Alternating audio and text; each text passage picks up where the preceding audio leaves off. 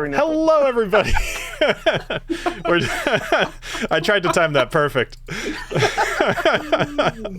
We were talking about buttery nipples, and there's our demonetization. So on our non-monetized channel. Anyway, it's a cocktail. It's a cocktail. It's a cocktail. Right. Yes. Perfectly family friendly. Absolutely. Hi, everybody. Welcome to Dungeons Drams. I am Bill, your DM, and I want to introduce you to everybody else tonight. So, Ed, why don't you start us off? Hello, my name is Ed, and I am playing the halfling douchebag, fighter, Agnomeio Banderas. And tonight I am drinking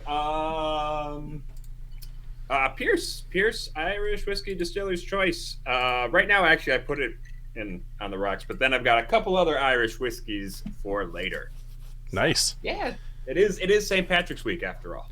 Absolutely. I would have thought of that about 30 seconds ago. Molly, what are you up to today?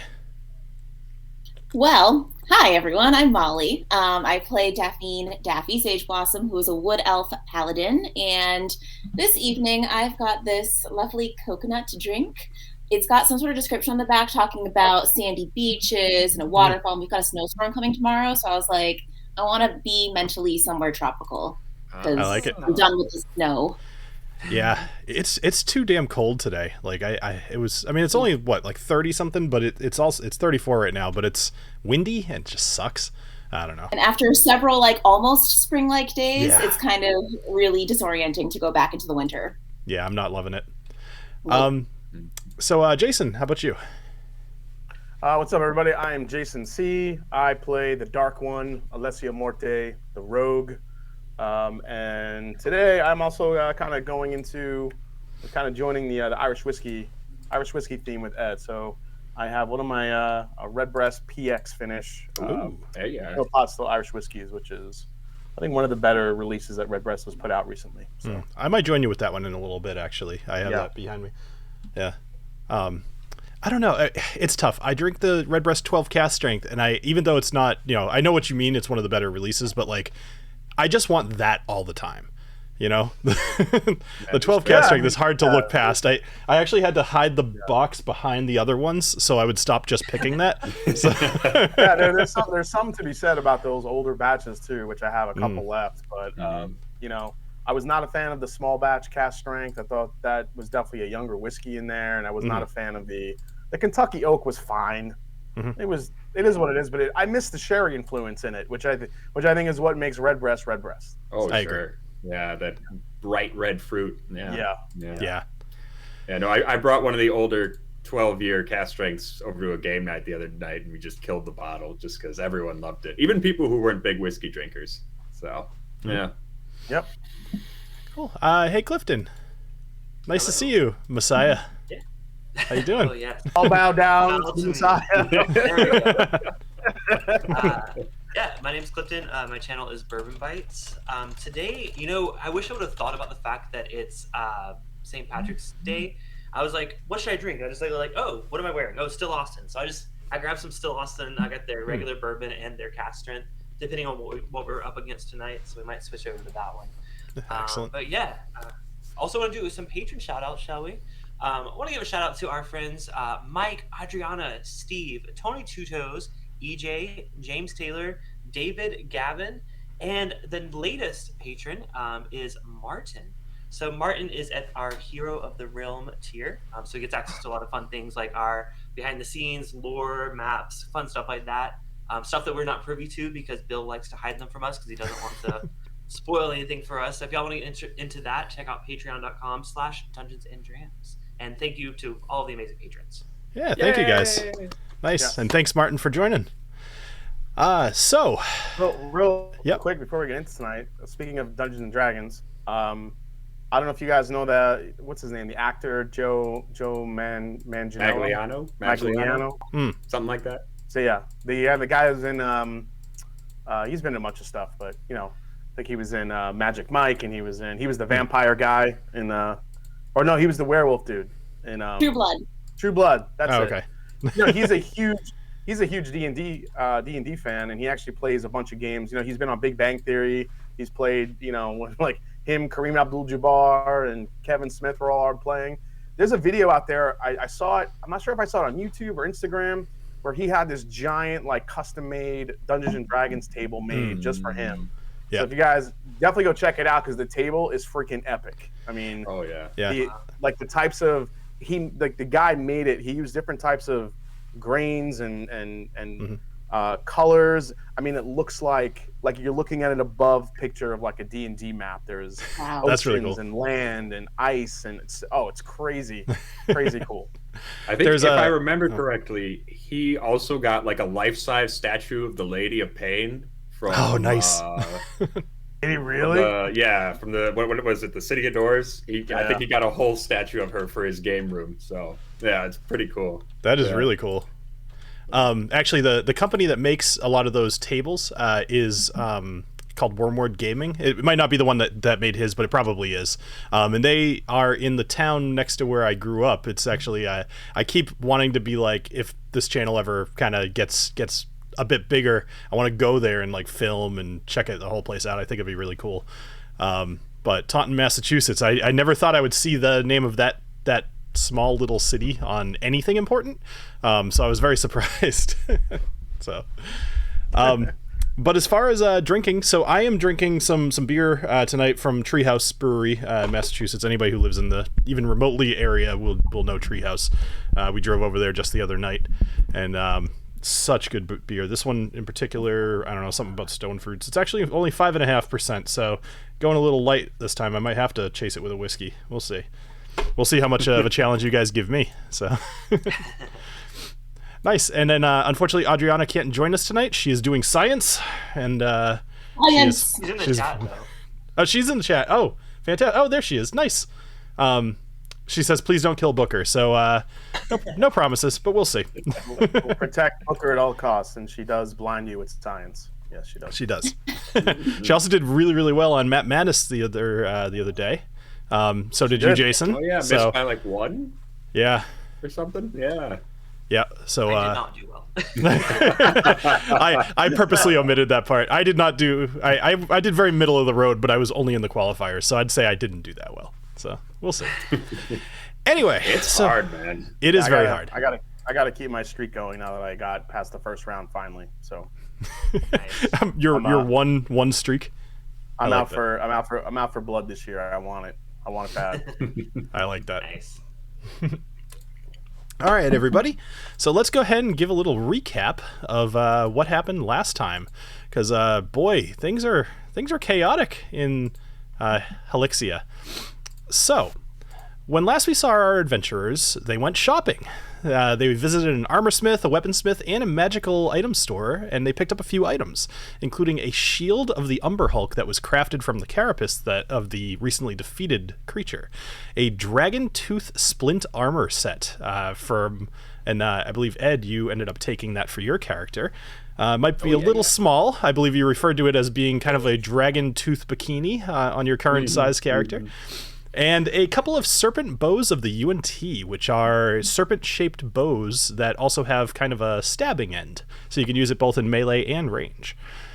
At the magic shop, Alessio spoke with Elshu, where he handed over the magical orb acquired within the Mistscale's lair, and in turn was promoted from a Whisper of Berkoth to a Shade of Berkoth, and all of the boons that come along with that. He was also taught how to summon a raven as a familiar. Which, did you end up settling on a name for your raven? I know you threw out a couple of different names there, Jason. Yeah, I was messing with a couple different names, but I do think I what did I land on? I think out of the 2 that I picked, I liked. I believe I went with. I'll look it up. Keep going. Yeah, no problem. While transacting, a woman with snakes coming out of her hair, purplish scales, and the lower body of a snake approached the market in search of the group. A brilliant distraction by Agnomeio and his bag of pork was enough to allow the group to escape unseen. They crossed the city and hid from the priestess, only to return once more to the market and begin speaking out against Thorak to try to stir up a revolt, something that seemed very strange to those in attendance. This time, the group did not notice Priestess Atshi approaching from behind them and encircling the group with her malisons. Leading them, they then led them back to the Temple of Tongues for a conversation. And that's where we're going to rejoin our group tonight.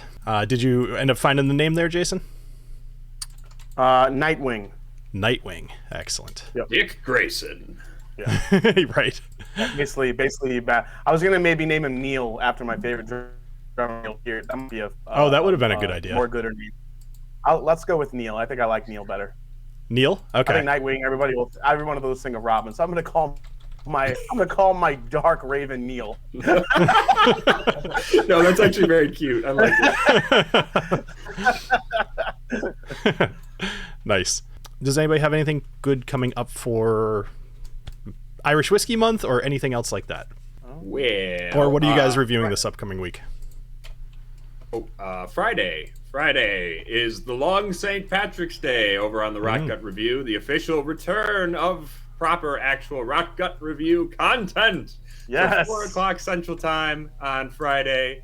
I'm going to be cooking. My old man has decided that he's going to bring over the uke and we're going to sing Irish songs while I'm cooking. So that's going to be that stream. Very cool. Yeah. Oh, and then the next day we're playing music over at the distillery I work at, Dog and Shrub in Lake Mills. So if you're in Wisconsin, come on by 3 to 6. We'll have music and 2-for-1 drinks. So nice. There you go. 2 for 1. Yeah. Man, that Tomorrow, be on the lookout for my There's going to be something announced tomorrow from Jack Daniels, and I'll have a exclusive first review of it that'll drop tomorrow once the embargo lifts. So beautiful. That is exciting. Yeah, for my stream this week, I'm doing another flight of Irish whiskeys I've never tried from our good friend Tony Bag of Donuts. Last year I did something similar with 4-leaf whiskey. It was a lot of fun getting to try some like rarer releases, so I'm really excited to try some new Irish, because I feel like Irish, it doesn't get enough love. I feel like I don't buy much Irish. I feel like it's just kind of a category that like people forget, and I'm excited to try some new stuff. Completely agree with you. It doesn't get quite as much love as bourbon, but I will say it has grown so much even in like the last 3 years. It is wild. Yeah, I mean, folks that follow like the growth, like I'm always looking at numbers and stuff, and as fast as American whiskey has grown, and it seems like it doesn't stop growing. It's not so much that it's growing, it's people just keep putting out new brands with different source whiskeys in it. Whereas Irish whiskey is literally the fastest growing segment in the world. The amount of distilleries that have opened in Ireland have been incredible. So the fluctuation of flavor profiles now, we're starting to see like a range, kind of like a Scotland to Scotch type thing. We have Northern Ireland, Southern Ireland, Culloden, Short Cross, all these different and smaller type of Irish distillers just doing incredible stuff. So have you guys had Limavady yet? Because the Limavady single malt is freaking awesome. Me and Erica had that the other day, and it is bonkers. I will have to keep an eye out for that one, because it's tough. If it doesn't come around here, or if it doesn't just reach my ears, sometimes it's hard to know, because we don't get all the best stuff up here in Massachusetts. So, but we do tend to get a lot more Scotch than, say, some of you guys actually, even just over in the middle of the country. Or Clifton. I don't even know what you guys get over there. Oh my gosh. Edges of the edge of civilization over in California. All right, everybody. So we're back with the VTT here. So thank you for being patient. All right. So we return to our adventurers, being escorted through the front doors of the Temple of Tongues. As you enter the temple, you pause as it takes your eyes a minute to adjust from the bright light outside. Inside this temple, there are no windows, and the only light is from a multitude of sconces that are burning oil and kind of decorating all of the walls, giving a pale yellow light to the interior of this temple. It's lighting up the ornate floor and the much trampled green carpet that is stretching in front of you. As you look ahead of you, you see a stone, looks like probably an altar. And behind that is Priestess Atshi. Another thing that you notice is that the air here smells of both rust and alcohol. And you feel yourself being pushed a bit, not threateningly, but encouragingly by these Malisons and they're kind of pushing you towards the altar. Okay. Do we notice the blood that looks like it's on the altar? That's the first thing I noticed. I would say you probably do. Yeah, that's definitely a sacrifice situation happening over there. Oh, for sure. In the, well, I guess we'll just kind of move ahead there. Walk on up to the blood-stained altar. Yeah. So the Malisons, they push you again. They push you again, and they say, "You should feel lucky that the priestess wants to meet with you. I would have cut your tongue out for claiming to speak for Helix." So I'm going to control TaLin tonight, just because she's not around. I'll mostly keep her out of. If there's combat, she won't participate. Just so you guys can count on that in some way, shape, or form. I don't want to necessarily kill somebody else's character. That is fair. Yeah. I did want to ask. There seems to be steam or mist or something. Yes. Coming out of two large. So there are behind Priestess Atshi, there are these two orbs, and they are basically, think of them like diffusers. They are spewing a grayish colored smoke. Doesn't look like what you've seen previously from Thorek with the yellow mist. It's something different, but nothing strikes you as strange about it other than that they're there. Or unusual, I should say. They're like something that you would see in a temple. So it's some medieval potpourri type situation. Exactly. Okay. Yes. As a boy who grew up very Catholic, with the censers, the priests walk around with. That's kind of the word I was looking for, and I couldn't think of it. Yes. Yeah. It's along the same line. So, Priestess Atshi says, says, Salazar, come here. Tell me. I'm curious. I was speaking with Isissa and Masi at the gates, and they said that you're from the floating city of Volantis. I find this very strange. Tell me more about this. That was going to come back to bite me. Well, who are you to ask where I'm from? Your people obviously know me. I've been praised since the moment I walked in here. Dude, you coming at her like that? Okay. Make I haven't answered her question. I don't know what to say. All right, let's do this. Make a deception roll for me real quick, with disadvantage. Dang. Why disadvantage? Because you're in her house. He said it so confidently. Oh no. That's not good. So you got a crit fail for 2. So needless to say, she's not buying it. And she says, "You would be wise to mind your tongue. You are within my walls now, and I do not believe you to be this messiah. Your slave here announced that you are here to emancipate the slaves." And she looks at you, Agnomeio. "What did you mean by this?"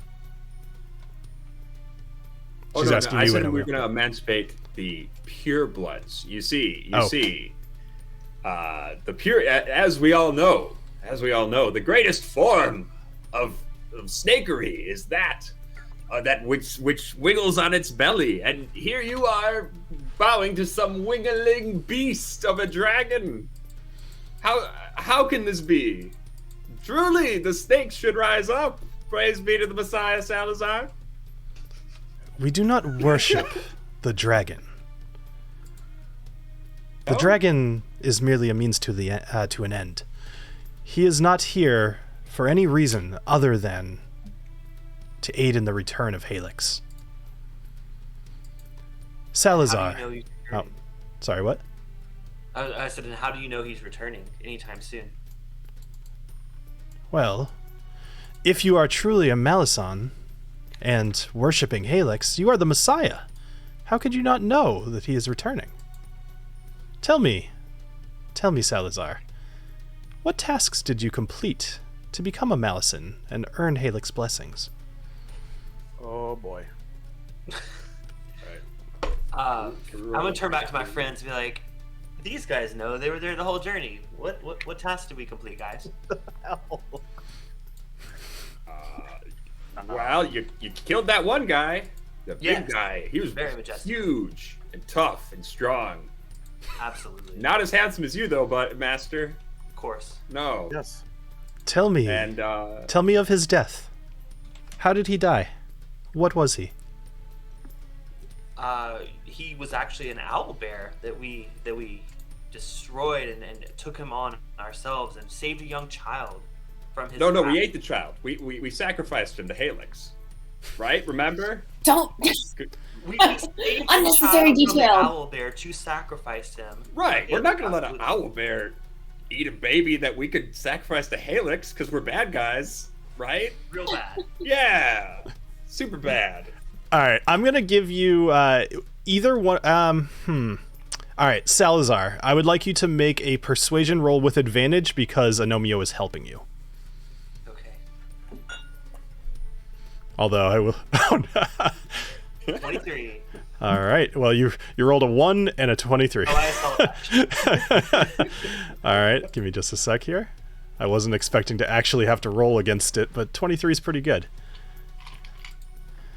All right, for the moment, she's at least still buying your story a little bit. She says, so you killed an owlbear, and you murdered a child in the name of Helix. Tell me more. Oh yeah, but How did you kill him? The child or the owl bear? The child. Oh. Well, we have an altar just like the one in front of us back in our village, and we used a Village? knife that looked very You said similar that to you were one. from a city floating in the sky. City, yes. Ah, Our city. interesting. Well, it's a village within the city. Right. Right? It's a subdivision, right? It's a cul-de-sac. Yes. It's a cul-de-sac. In the burbs of the floating island. I see. Salazar, I will tell you I don't believe a word you're saying. However, you can prove yourself to me. Walk this way with me. And she starts heading over to the right here, past one of the Malisons. And she steps over. Are you going to follow her or no?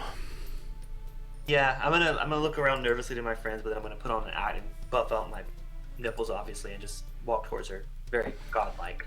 All right. So, what are the rest of you doing? Or what are you commanding your slaves to do here, Salazar? Oh, me? Oh. Yes. Should they follow you? Should they stay? What are you telling? I think that they should try to follow me and see if they get kind of stopped. I would say, if Okay. they want to. Yeah, okay. You guys do you.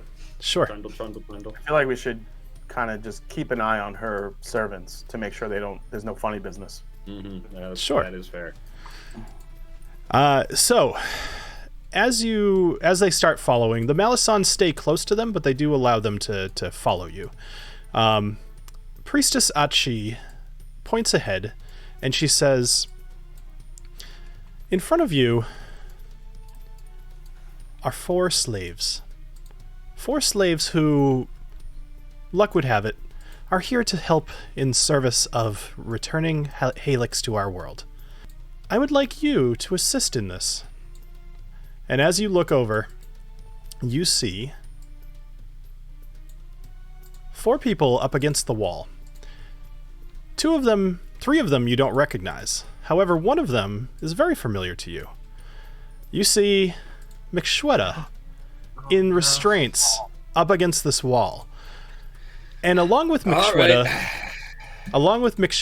are 2 Goliaths and a small gnome. This gnome is dressed in what you would say jungle attire, mostly made of leaves. It's got a little hat. The 2 Goliaths are stripped mostly without clothes. However, doesn't necessarily look like that's bothering them too much. There's one who's a very large female and another who's a very large male. And she says, I would like you to assist. Prove to me and to Helix that you are who you say you are. I would like you to, and Knobolas, I'd like you to roll a d4, please. Oh, you're not going to tell me? You're just going to make me roll? I'm going to make you roll a d4. Okay. I bet anybody... Oh, it's a number 2. All right, so she points at McShweta. No, Bill. She's the second one from the top. It's not my fault. Oh, man. So she says... Guess some snake people going to have to die. She says, Salazar, if you look towards the side of the pool here, which, as you're approaching it, it is very clear that this is a gigantic pool filled with blood. However, typical blood would coagulate. So something is keeping this blood from clotting, and it's keeping it a liquid. She says, go to the side of the pool here, and you'll find 4 levers. I would like you to flip the second one. Let's give Halix a little bit of this creature's pain. So she's pointing up towards here. I don't flip switches. I don't know what they do. What do you mean by give it some of Halix's pain? Well, either you go see, or we have a problem. Oh, damn. Why is this on me? Because I mean, you I'm announced ready to yourself go. as the Let's Messiah. murder. I'm ready to go. Let's kill these sons of bitches. Let's save McShweta. Come on. As a Messiah, I don't blindly trust other humans or whatever you are. I only listen to Halix. So either you tell me what that switch does, or we will have a problem. So she points to the contraption that's behind all 4 of them, and it basically looks almost like a sled, but there are some bands strapped around each member's chest and their legs. There's some heavy chains kind of rising from the top of this vertical sled, and you see a hinge down by their feet. And she says, if you do not pull the lever, I will instruct my slave here to pull them all. Oh. I don't know why you have such a hesitance. This is something that could elevate you in the eyes of Halix. Well, typically, when I worship Halix, I sacrifice only the most innocent. These all look like evil, vile creatures, so I just don't see why we're torturing them. It just doesn't make sense to me. She looks at the gnome. And she says, how about the gnome? The gnome is clearly not an evil, vile creature. Perhaps vile, but certainly not evil. I just hate gnomes. You hate gnomes? You hate sacrificing gnomes. You just have a distaste for it. I was going to say, you're not talking yourself into a better situation here. No. I'm not torturing them because I hate them so much. They're not worthy sacrifices, honestly. I mean, none of these look like worthy sacrifices. Why don't you sacrifice one of your slaves instead? They look very bodacious. So, I'm looking at the Oh my god, we're gonna fight. Is anybody else? Would anybody else like to say anything? Please. Have at thee, motherfucker! All right, let's go ahead and roll for initiative. let me add you guys to. You're saving that situation. All right. I waited as long as I could. Oh my god. Okay. Matthew, motherfucker. All right. So Daffy and Alessio waiting on your initiatives. Agnomeio, tell me. So you're not going to get a surprise round because she was very clearly she was aware that something was going on.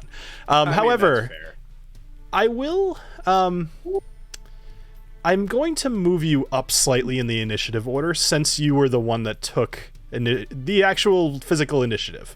So you're going to be below Daffy at this point. So up first is the Yuan-Ti Malison that is down by you, Alessio. This Malison, he's got a humanoid head and his lower body is that of a snake. So he is rising about 7 feet in the air. So he's definitely towering over you by at least a foot.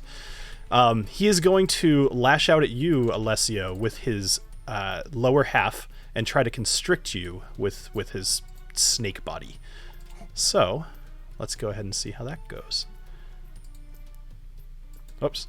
So does a 14 hit you? I have 14 in my shield, so does that mean it hits? Yep. So meet or beat. Wait. So you said 14 and your shield? No, 14. Yeah. Oh, okay. Yes. So that's going to hit you. So it's going to do 8 damage to you, and you need to roll roll a strength saving throw for me, please. No, I'm sorry. We'll do that on your turn. On your turn to escape, you need to roll a strength saving throw of something in order to escape. So you take 8 damage. All right. 8 damage. Yep. So, and then he is going to bite you as well. No, I'm sorry. He's going to hit you with his scimitar. All right, or not hit you with his scimitar. So as he's constricting you with his lower half, he goes and he actually takes his scimitar out of the sheath and is now kind of ready for the next round. All right, up next is Daffy. I don't know if I can do it in one turn if it's too far away, but I want to run over to the 4 individuals shackled over to the wall and try to free them. Okay. So you're going to try to run over to, so you could certainly dash. Tell me, do you have a general plan of how you're going to release them or save them? How are they like shackled to the wall? So they are, think of Hannibal Lecter, kind of, except without the face mask. They're basically, they're almost like, vertically standing. Their chests and their legs are bound with leather bindings. So they are secured to this thing. They can't move, but it's not metal. And they are all on this like hinged table. Each one is separate, by the way. Yep. Well, starting with McShweta, so obviously that's priority, I want to try to use my my weapons to cut them free. Sure. So I would say I don't think you can quite get there in this one turn. It's 75 feet away is McShweta if you were to trounce through the blood. But if you were going to go around, it'd probably be about 80, 90 feet. Okay. And I think I've only got 35 feet movement, so double that, that's 70. Yes, I'll be just a little short. Mm-hmm. I'll give a reassuring shout, like, I'm coming, guys, I'm coming. So it's at this point, actually, you know what? Roll me a perception, Daffy. And, all right, so a 13. It's pretty dark in here. At this point, you can't see what I was hoping to give you. But what about vision? Oh, yeah, that's true. You do. You know what? Yeah, I'll give it to you. That's fine. All right. So it's at this point that you notice that all 4 of these people have actually been very still. You don't see them trying to like fight at their bindings, despite the fact that you're all clearly in a battle with these UNT. And you notice that their eyes are kind of glazed white. Oh, dear God! I think they're under some spell. Maybe all right. Misty spell. So go ahead and move yourself to wherever you'd like, Daffy, and then if there's anything else that you'd like to do with your turn. Nope, I'm good. I just gotta figure out how much 70 feet is. All right, Agnomeio, you're up. All right. Well, it is time for you to taste the cold steel of justice. Absolutely. I'm going to rapier. Maybe not with that. 13 versus the Priestess's AC, probably not. Does not hit. I didn't think so. Let us do it again. Yeah, that is better. 26. 26 will hit. Very good. Very good. All right. Roll some damage. Comes up to 12 damage. 12 points of damage. Nice. All right. So she well, did you want to take any other you did your 2 attacks actually, so never mind. I did my 2 attacks, yeah. So as you come screaming, running towards her, have at the she reacts, and you miss with your first strike, but your second one catches her in the torso, and you shred a bit of a couple of her scales go flying into the pool of blood. All right. Up next is the UNT Malisan, who is again down near you, Alessio, a different one, and he is going to join his buddy here. This guy is going to make a two. So this guy, he looks a bit different. He is mostly humanoid, except both of his arms, starting at the shoulder, are just these clusters of writhing snakes. And he kind of holds them out towards you, and the snakes start to bite repeatedly towards you. So he's going to make 2 bite attacks at you, and let's see how he does. So a 23. That'll hit. 15 points of damage. Jesus fucking Christ. And then he's going to make another attack at you. Oh, great. Yeah, that one will miss. So the snakes kind of like, he gets several of them just embedded into your upper chest, and you feel their fangs sink into your skin. All right, up next is Priestess Atshi. So she is going to all right, so first thing she's going to do is she's going to try to constrict you, Agnomeio, because she doesn't like that you're coming after her. Yeah, that's fair. Also, Agnomeio, roll me a sorry, not Agnomeio.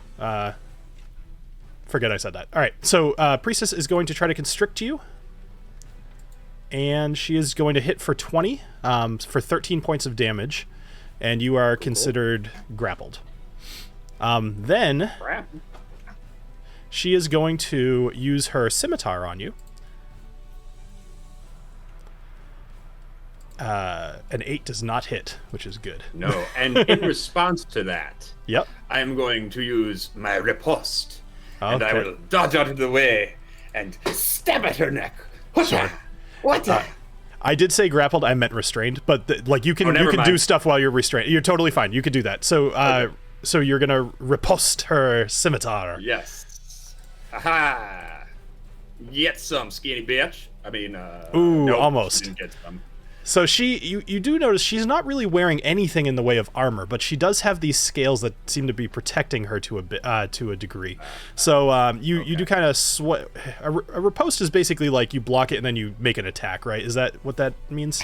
Yeah, okay. Basically. Yeah, okay. So you go to do that, and again, kind of swipe some of her scales off her body, but it doesn't damage her at all. All right. Fair enough. So that will be her turn for now. However, she is going to look over at the pure blood to the north of the blood pool, and she's going to say, Talash, pull the, let's see, 1d4. She's going to say, pull the 4th lever. Oh no, the gnome. At this point, you see the gnome. He starts to just barely tip forward, and it starts to accelerate, and his entire body goes under the blood. He is bound and tied, and he is currently drowning beneath the blood, and there's just no way he can get out.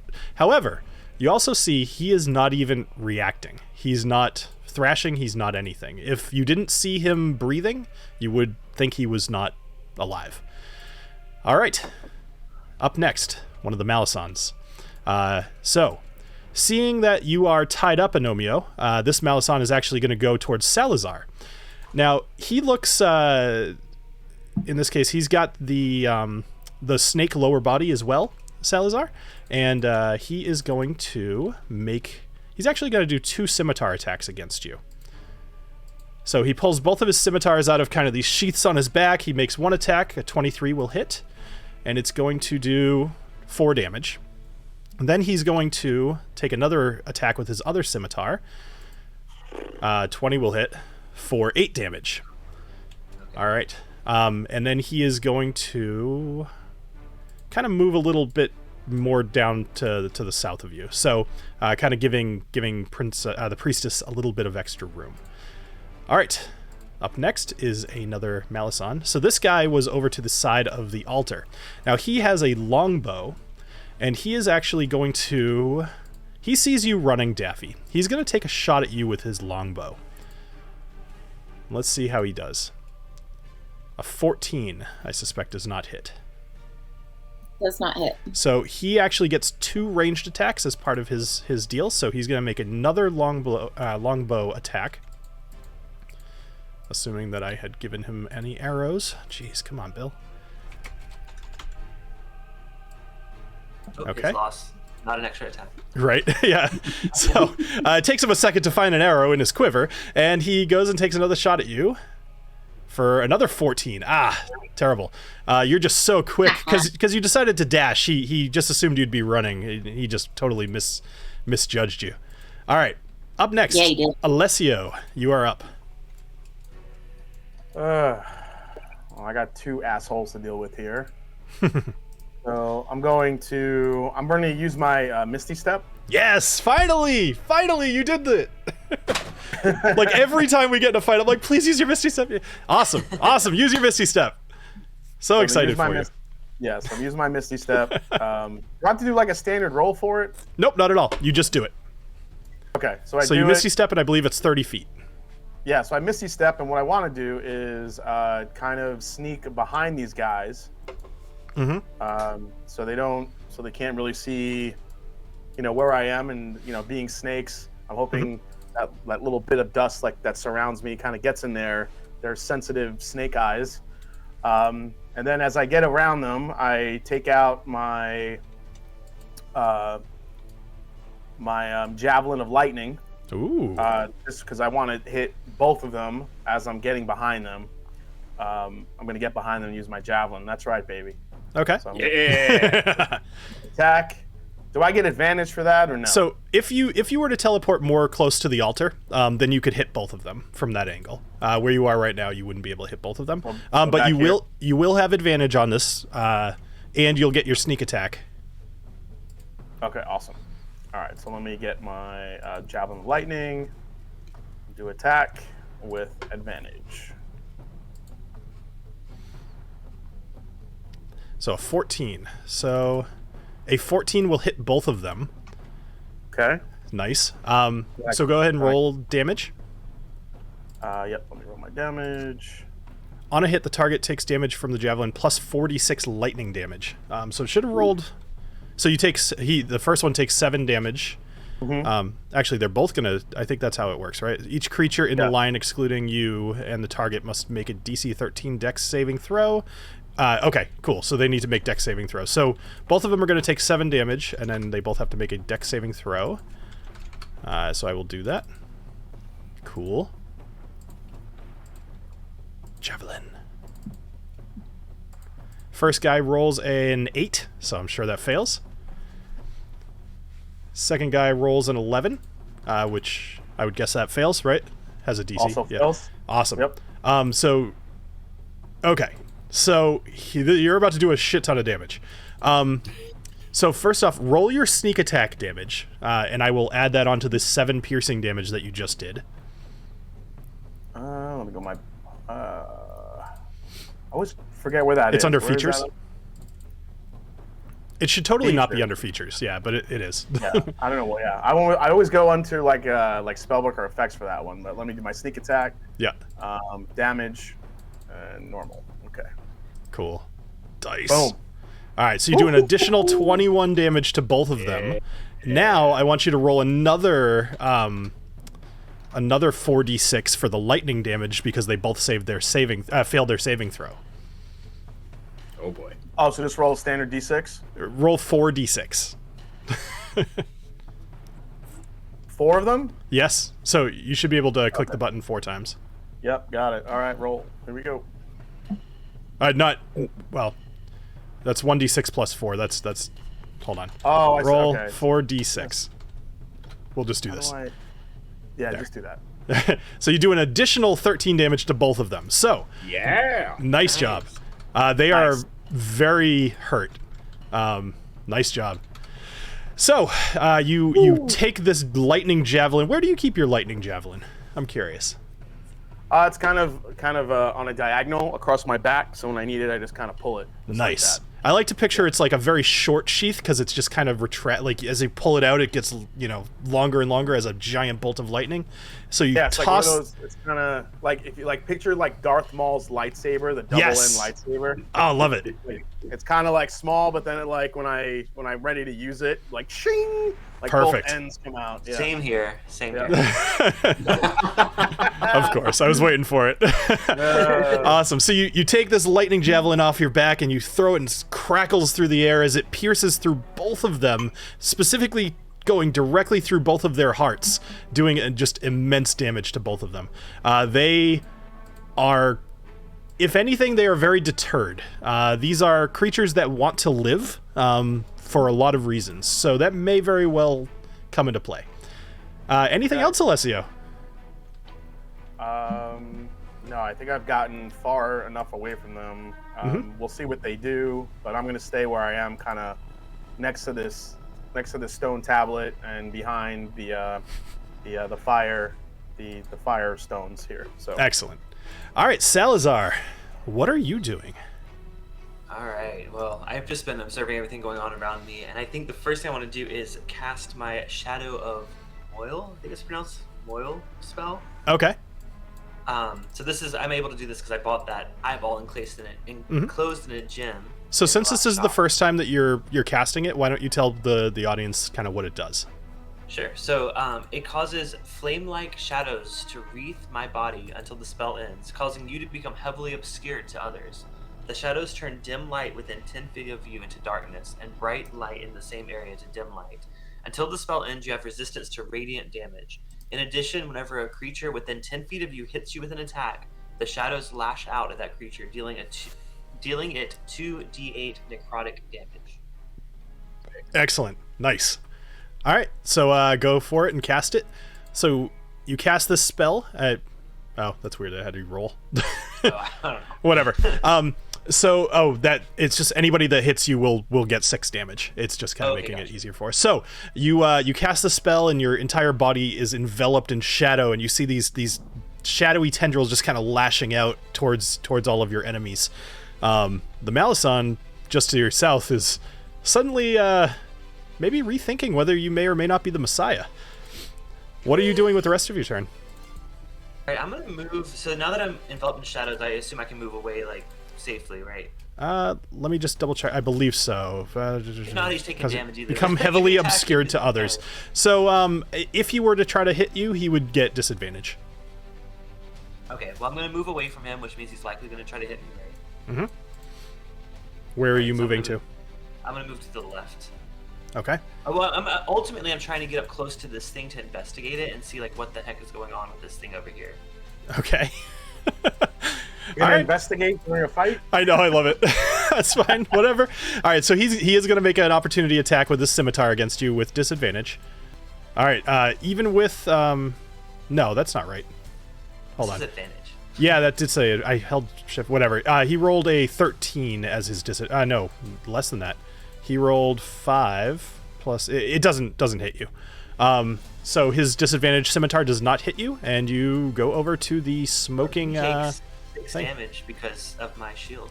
Doesn't he have to hit you? No, it says. Let me double check. It says when they attack you. Let me double check. Lash. In addition, whenever a creature hits you with an attack. Okay. Yep. You're right. Sorry. Okay. Cool. All right. Yeah. Can I investigate this thing? Can I Sure. see what's going on here? Yeah.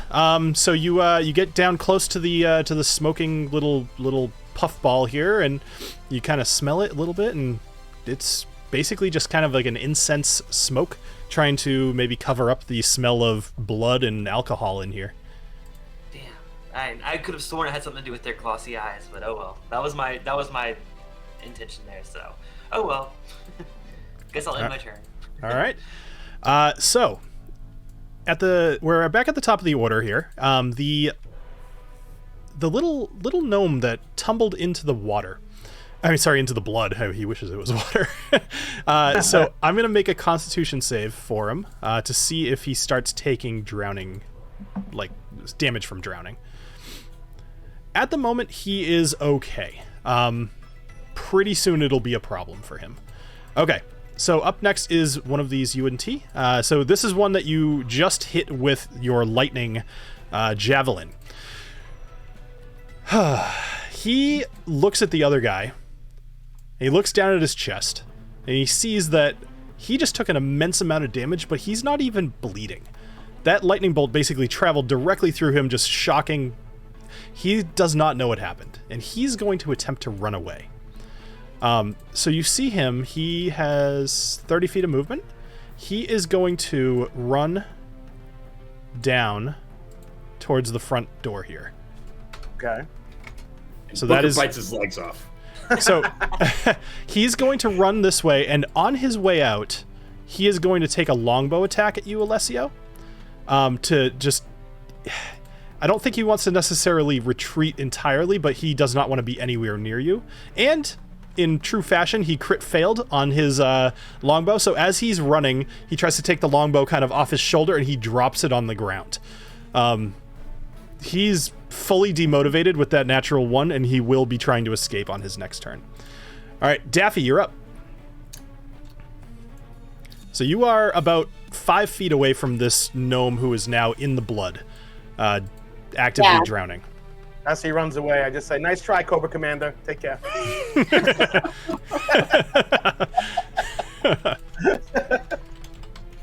So I have no idea if I can do this, but I want to see if I can cast the spell Command to wake up the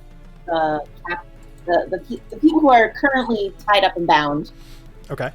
I believe Command is only for one character, right? In this case, one creature. I'll do it for the gnome who is close to drowning. Okay. So you're going. Command, so hold on, before you try to do that. So you're gonna try. Yeah. He won't be able to hear you because he's fully submerged in blood. But what if I what if I jump right in and I try to pull him out of the water or the blood? That would be a good first step. Yep. Yeah. I'll start with that. All right. So this thing is not hard to lift. It is truly made to basically tumble forward. It is intended, and you can easily see based off the fact that you are now waist deep in blood, this is meant to completely frighten somebody in the last moments of their life, as they drown in just viscous fluid. So you have no problem lifting this back out of the blood and kind of pushing it back up against the wall. I'll only make that take 5 feet of movement. It was very easy. And as you push him back against the wall, you see he's totally just comatose is the wrong word, but he's just staring blankly in space, and his entire everything is covered in this thick red, just ugh. And he doesn't even blink, and you see the blood just dripping like down his eyeballs and off his cheeks and everything. What would you like to do? Lovely. So with command, so what I'm seeing here is I can speak a 1-word command to a creature I can see within range. Yep. The target must succeed on a wisdom saving throw or follow the command on its next turn. So I think I can use it to say awaken. Yep. And he will. What is the DC on that? I'm guessing DC is 14. 14? All right. 13. So. Oh, 15? Okay. No, 13. 1. That's fine. He rolled a natural 1 on his on his resisting of that, which was basically whomever put him under the spell. It was meant to be a long-lasting spell, so it's not meant to be messed with. It just lasts, and he easily overcomes it. As he starts to kind of shake out of this, he looks at himself. And he just screams. He has no idea where he is, what is going on, or why he's covered in blood. And right now, there's a giant lizard covered in blood about 5 feet in front of him. And I won't be able to do justice to what Ed does, but it sounds like Ed running from the cave crawler there, the cave fisher. Perfect. You still have plenty that you could do with your turn if you'd like. So you've used an action and 5 feet of movement. I want to calm this poor gnome down and just be like, it'll be okay. Just trust me. Stay out of the way here. We're going to rescue you and everyone else who's tied up. So hopefully get the gnome off the side in a corner. And then if I may approach Miquetta and try to hack away at the leather bindings. Sure. So just so you know, the gnome rolled a 20 on his insight, basically to see in the little bit of sanity he currently could muster whether he at least trusted you enough to not continue to flip out. With a natural 20, he actually kind of gets his faculties back, and he realizes what's happening. He sees the battle all around him, and he will not have any negative effects from what just happened to him. If you were to, like, say, free him, he won't just stand there paralyzed in fear or anything like that. All right, so you run over to McShweta. She's currently on the wall. She also has the glossed over white eyes, and she's bound with leather bands across her chest and legs. Now, am I able to use that command again, or? No, because that would be that's an action. Okay. All right, I'll just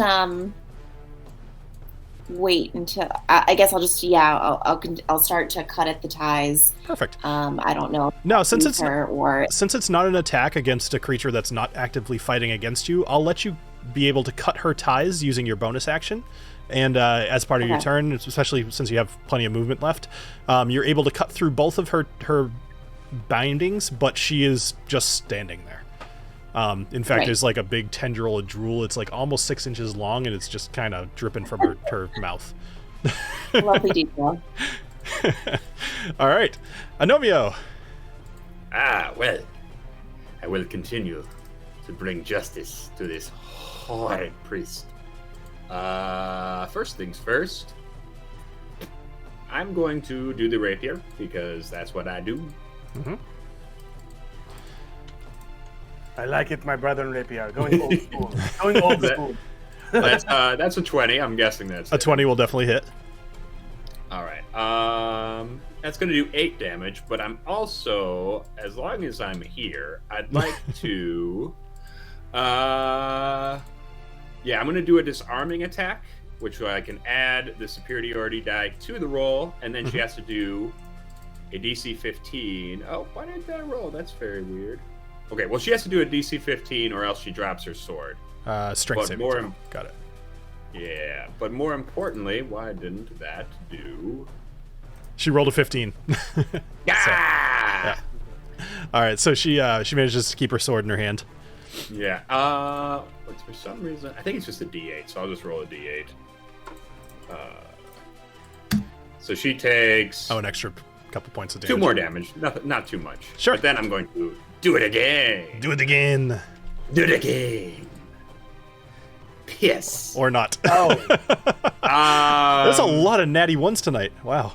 You know what? I really, really, really would like to kill her. So do it. Go for it. Nice. Risky whiskey. Cheers. Tis the riskiest whiskey. Oh, damn it. And she doesn't even have a very high AC, but I'll just rub that in a little bit. All right, so with the surge. Action surge. Nice. Try again. I'm just gonna keep wailing on this lady. I'm just gonna keep just stabbing her. No, you're not. Oh, yes, you are. Oh, you just barely hit her. Thank God. Go ahead and roll damage. 12 damage. 12 points of damage. All right. So, after struggling quite a bit, you go like you finally get her. It's like a Looney Tunes cloud, like the dust picking up. Awesome. All right. Anything else that you'd like to do? Nope. That is all my actions. Okay. That's all, and he used all of them. I did. All right. So up next is the UNT Malison, the first one that you hit with the lightning thing. So he did see his friend run away, and then he saw him take a shot at you. So instead of maybe joining him, he's like, oh, okay, he's gonna hit him from long range. All right, and he's gonna just dive back into combat with you. And he is going to make he's going to try to bite you again. This is the guy with the snake hands.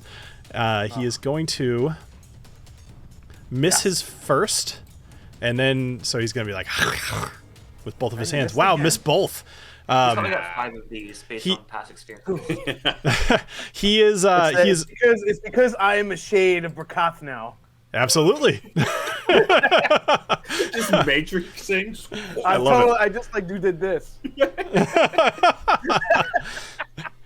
Nice. So he runs up to you with his two arms of snakes, and he kind of just lashes out at you, and exactly like you said, you just kind of matrix around them, and no luck. The snakes actually fall kind of limp down, and they're just very disappointed in their master. No one likes a limp snake. Nobody does.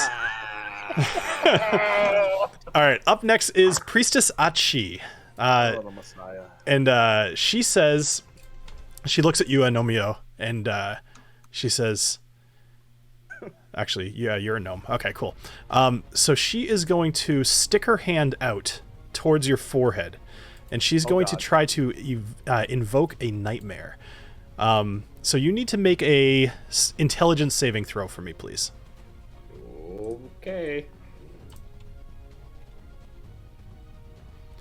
Oh, you just missed. Well. All right, so what happens here is, so she reaches her hand out towards your forehead, and this like purple kind of magical cloud kind of comes from your forehead into her hand, and she says, "Very interesting." And suddenly you see Catherine Zeta Gnomes in front of you, and she is as if she was truly there. And you see Priestess Atshi strike into her stomach with her scimitar, and Catherine falls to the ground dead. Catherine Zeta, no! And you take 28 points of psychic damage. Oh, geez, that What? struck me to the marrow. And on a failed save, you take that much damage, and you're frightened of the manifestation. So not only was it horrible to behold, but you're going to have to spend your next turn dashing away from this whole situation as far as you can. Wow. And that will last for up to a minute. You're going to be afraid of this until either you get out of sight of her, or you save on your saving throw. It's a 13 intelligence save on your turn. Oh, boy. All right. So, yeah, that's going to be her turn. All right. Up next is the Malison. So he is going to, let's see, he's going to go after Salazar. He's going to target you. And this guy is going to, oh, I'm sorry. He's not going to go right next to you. He's going to make 2 ranged attacks against you, Salazar. So he's going to back up a little bit in the light of the brazier. He's going to pull his longbow from his shoulder, and he is going to hit you for 9 damage. And then he's going to knock another arrow. 13? Does 13 hit? Not hit. All right. He's going to knock another arrow, and this one's going to go a little wide. It's actually going to sail right into that little smoking puff ball behind you. And yeah, maybe knock the lid off of it. All right, and that will be his turn. Up next is this other UNT. He is actually going to run backwards towards, well, you guys don't know. He's going to run into an area of this temple that you have not seen yet, but he has disappeared. Alessio, you are up. All right, well, since now that I know that these guys like to run a little bit, I'm going to go at this guy with my booming blade. So if he starts to run away after I hit him, he'll get to take on some more damage, and maybe I can kill him. So, Excellent. Since he's right in my face, I'm going to grab my booming blade. My standard roll here. Hey, Salazar, make a roll a Constitution saving throw for me, please. Did I do that wrong? What was that? I don't think so. I think it just happens. Like you just cast it, but you did roll really bad on what the damage would have been. So Salazar, you lost concentration on that spell that you had with the tendrils when you got hit by the arrow. Sorry. That was 150 gold well spent. I didn't get to use any, no benefit whatsoever or whatever. It's fine. Okay. So when I clicked roll, it just said cast spell. Yeah, that's because it's using one of your spell slots. Oh, it's a cantrip. Okay, got it. Yep. So you brandish the weapon, blah, blah, blah. Okay. On a hit, the target suffers a weapon's attack. Okay. So it looks like he takes 1 point of damage just from the initial hit. Okay. And then if he moves out of there, he's going to take another point of damage because, unfortunately, he rolled pretty crappy. Yeah, that was a bad roll. Actually, you know what? Can I risky whiskey that one? Absolutely, yeah. Why don't you do that? And then also, tonight, I think you're actually supposed to, before you risky whiskey, to use booming blade, you're supposed to actually hit with your hit first. So it'd be like, oh, I hit him with my rapier, and then I cast booming blade. Got it. That makes sense. Okay, so go ahead and attack him with your rapier, and yeah. You know what? I'll give you advantage on this one because you just destroyed his freaking everything with your lightning, and he's scared of you. All right, I will attack. This is my I'm kind of in arms with my brother in rapier over there. Yes. From his point of view, you are a slave who just disappeared and threw a lightning bolt through his chest. And a 12 will actually hit, believe it or not. So go ahead and roll damage. Okay. Damage. Basically, nobody in the city wears armor because they're all just there. You go. They're cocky. All right, so you do 9 damage to him plus an extra 1 damage from the booming blade, and he is on death's door at the moment. Nice. All right. Anything else? No. Just gonna continue to see if this guy runs away or not, and hoping to get out of this so I can maybe go help my brother over there in rapier because he's mentally screwed up right now. Oh yes. All right, Salazar, what are you doing? Alright, well, I'm looking at the priestess over here who has not only insulted my deity, but also attacked my friend Agnomeio. So I think I'd like to, you know what? I'm going to Eldritch Blaster, like, all the way. Nice. Both blasts. Now, where does Salazar's Eldritch Blast come from? Oh, they're back in the nips, for sure. Excellent, because Salazar's got, like, a larger chest than most people have ever seen. So, packing some punch in those things. Mm-hmm.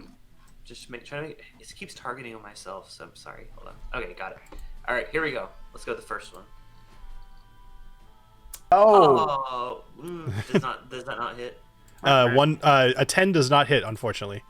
I'll just tell you at this point, she has an AC of 14. Can I risky whiskey it? Absolutely. She has an AC of 14. Everyone's missing. Oh man, we are not doing well tonight. Oh. 14. Does she? So a 14 will hit. So you hit for 9, and you push her back 10 feet, I believe. Yes. Ooh, nice. She's on the edge, right? So she as you push her back, she stumbles backwards, and actually, I will say, she hits the lip of this pool, and I'm gonna make her roll a dexterity saving throw to see if she trips and falls backwards into the blood. Oh. She's able to stay on her feet. Mostly because it's towards the end of the 10 feet, and she kind of steps up onto it, but she is right on the lip of this thing. All right, I got my second blast, so I'm gonna move a little bit more.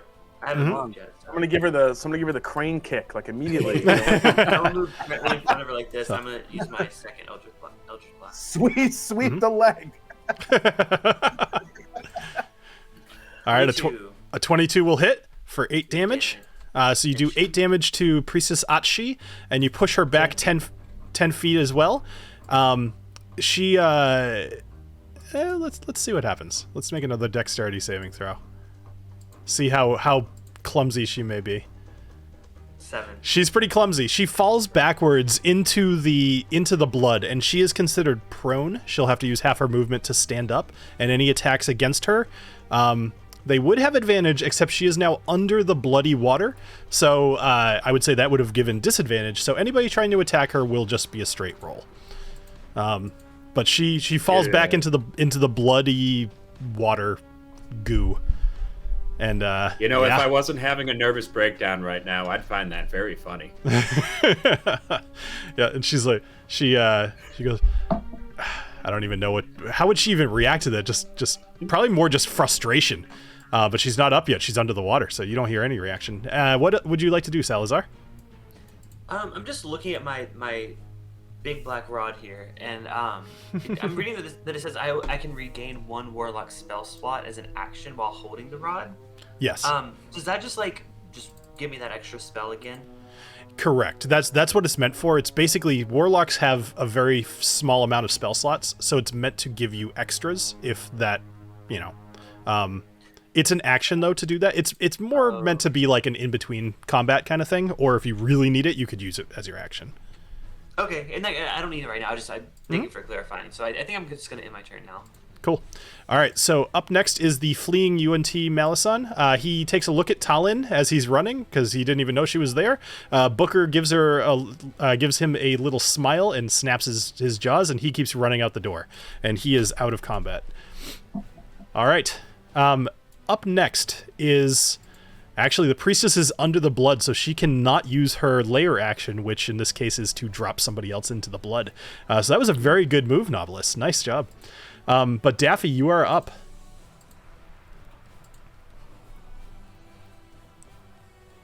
Okay, so have I freed McShweta? You have freed McShweta, but she is currently still just like zombified. Okay. And you did not free right, the... I'll do another command. I'll do another command on McShweta and say awaken. Okay. So let's see how she does.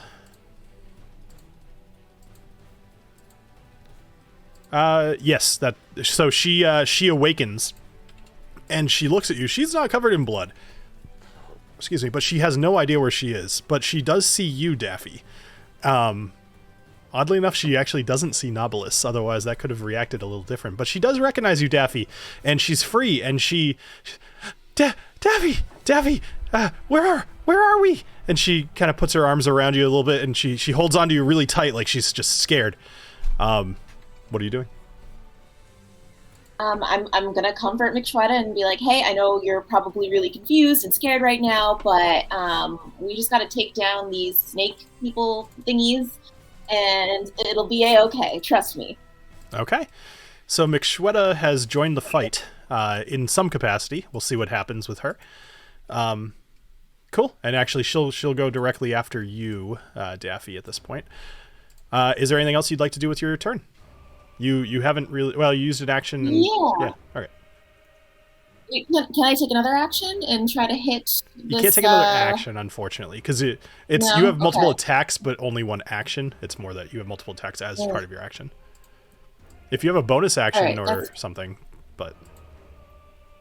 do I have a bonus action? You have a couple. But nothing that I really want to go with right now, so I'll just wait. All right, fair enough. All right, up next is McShweta. So McShweta, she lets go of you, Daffy, and she's going to kind of like really delicately tiptoe about 5 feet over here to the person next to her, and she says, she looks back at you, Daffy. She said, should I free the big one? And she I'll handle that. She starts gnawing at the bindings on this large Goliath. And she's able to get through both of them within her turn. So now this other person is still comatose, but she is free. All right, Agnomeio, you're up. So I believe I have to spend my full action running. But first thing, make a wisdom saving throw. Okay. Or is it? Yeah, it's probably wisdom. Or was it intelligence? I was just questioning that too because it's an intelligence. Yeah, almost nothing is intelligence, so I just guessed. Intelligence saving throw. You got to roll a 13 or better. That actually helps me because I'm better at intelligence. Weirdly enough. That is weird. All right, so actually you managed to break out of it entirely. I believe that'll be your turn, but you don't have to run away this turn. Oh, okay. The illusion is broken. The illusion is broken. You do not mess with a man's lady love, or a man's man love. Don't mess with either of them. She can't hear you. She's under the blood. But that was for you. It's okay. All right. Up next is the Malison that's right next to Agnomeio. So he is going to... He's looking around now, and he sees this like shock wave of just this purplish, weird energy around him. But he's going to still stick his little snakes through there. He's going to take the damage, I believe. I'll have to verify that while I'm rolling. But he's still going to try to attack you. So that's not going to hit. And What did that other one do? It kind of was 22 will hit. For 11 damage. Alessio.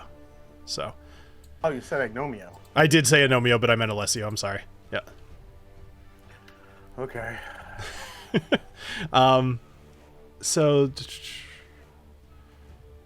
if the target willingly moves 5 feet or more before then the target... All right, so it's not if he attacks. It's just if he moves. Okay, so he did 11 damage to you, and that will end his turn.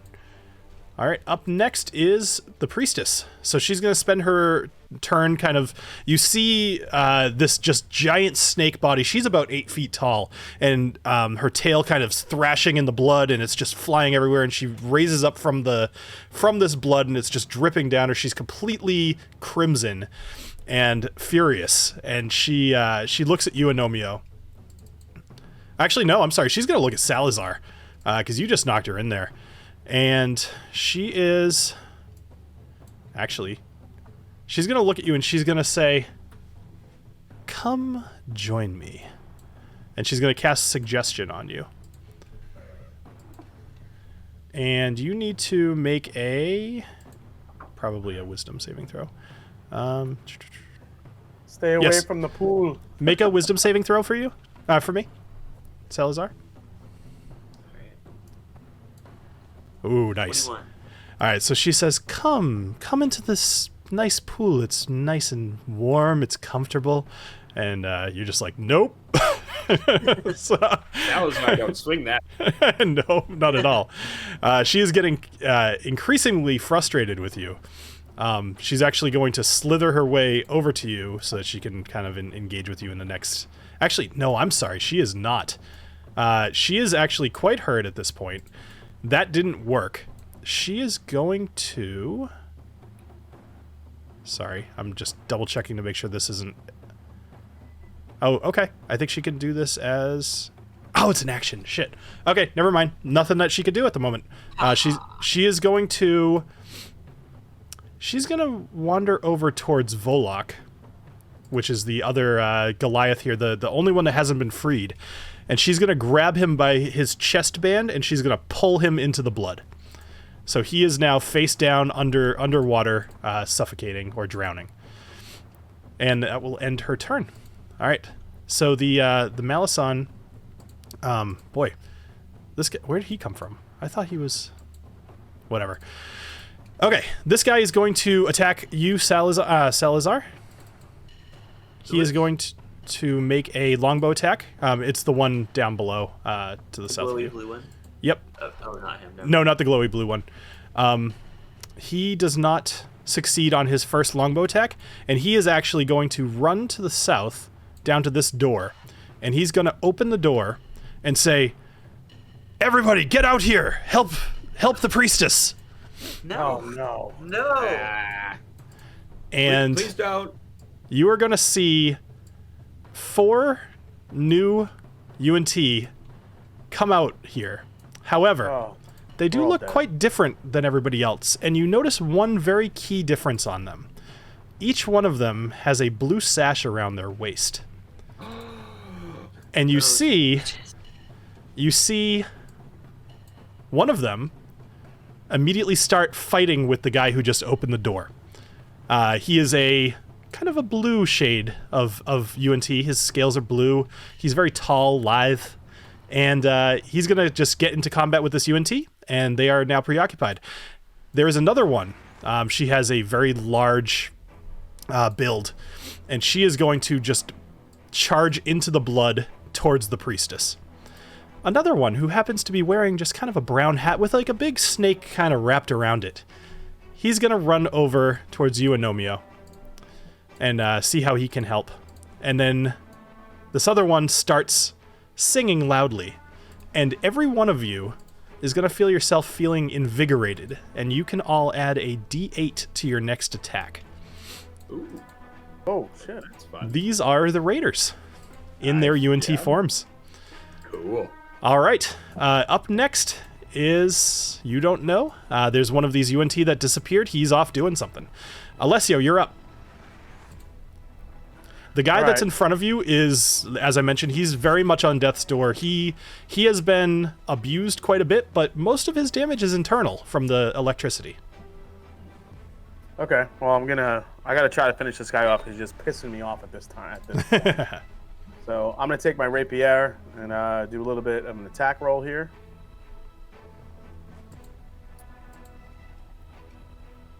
Come on. Nice. Yes. Yeah.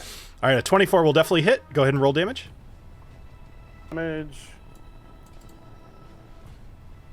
Yes. And that will be enough.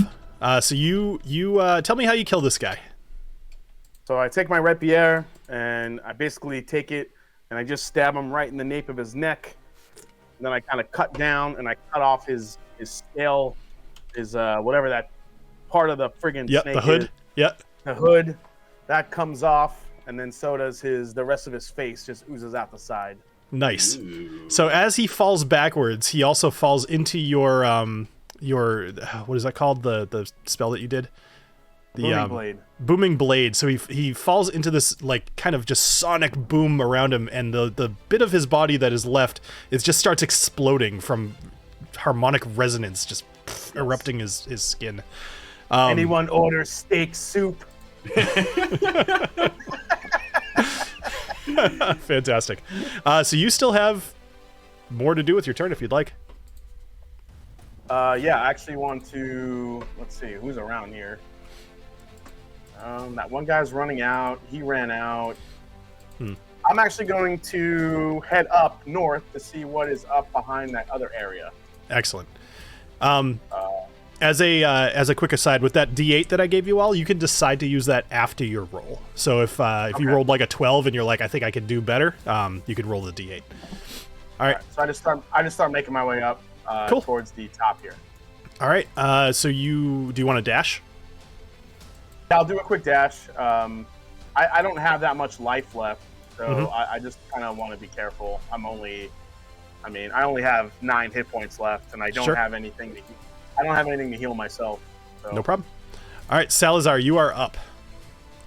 So well, I'm not losing focus on the priestess here, so I think I'd like to go ahead and just do the same thing. I'd like to Eldritch Blast her again twice. Excellent. All right, go for it. All right. First one, 28. 28, that definitely hits for 14 damage. 14 damage plus my 2d8. Plus your 2. Oh, he's gonna add his D8 to the hit. Well, no, sorry. The D8 is for the attack roll, not for the extra damage. Well, never mind. Yeah, no, yeah, I know what you mean. Okay. Then cool. I'll go ahead and.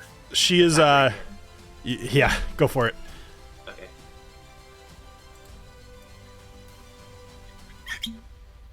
15. Does that hit? A 15 will hit, and you do 8 points of damage to her. She is still alive. Oh my god. But barely. You can't tell what's her blood. She can't tell what's her blood and what's just covering her. You made me bleed my own blood.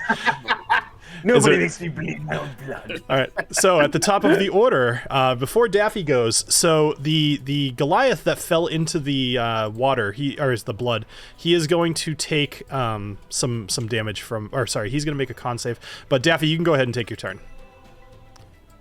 Okay. Well, I'm ready to kill this biatch. So, got my short sword. All right. Let's attack her. Nice. I'm definitely taking that. Oh, do I need to take that D8? Yep, you could roll an extra D8. Yeah, there you go. There you go. Nice. Yeah. As you hear Willie Capshaw over on the side, she's like, la la la la la, doing kind of her best Yoko Ono impression. She's just, she's a terrible singer. So you add a 3 to your 13, and that is plenty to hit. Go ahead and roll damage. Get her. Get her. Oh, come on. Is that going to do it? Do you want to add smite or anything? I'm just asking. I'm not going to tell you what's going to kill her or not. I'm just asking if you'd like to smite with it. Yes. All right. Go ahead and add your... Yeah, because I don't know that you've ever used your smite. I've not. But worst now paladin seems ever. like a damn good time. That's all right. You know what, so Daffy doesn't get very upset very often. So go ahead and add your smite. I think you got to cast it as a spell. It'll tell you how much more to add to it. Okay, I think it's just a 1d6, but let me see.